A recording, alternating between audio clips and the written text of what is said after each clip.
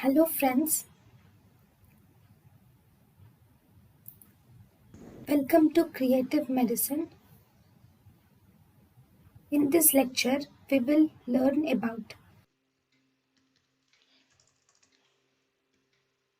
Now, for mid-esophageal attraction diverticulum, the diagnosis. How are you going to diagnose a case of mid-esophageal or traction diverticulum?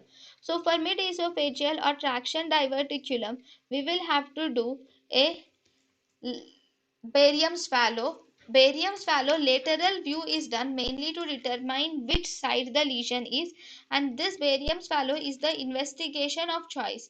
In the barium swallow, you will see that it is seen something like this. This is the diverticula, and everything is not like this. So this is the mid-traction diverticula, mid-esophageal diverticula or traction diverticula which is seen. We can also do a CT scan. With the help of CT scan, we will identify whether there is any mediastinal lymphadenopathy is present, and we can also find out which side the sac is present. So this can be found out with a CT scan.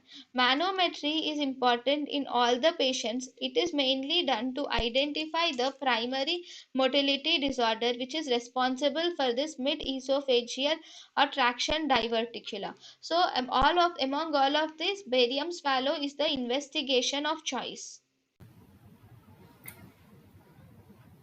thank you and thank you for watching.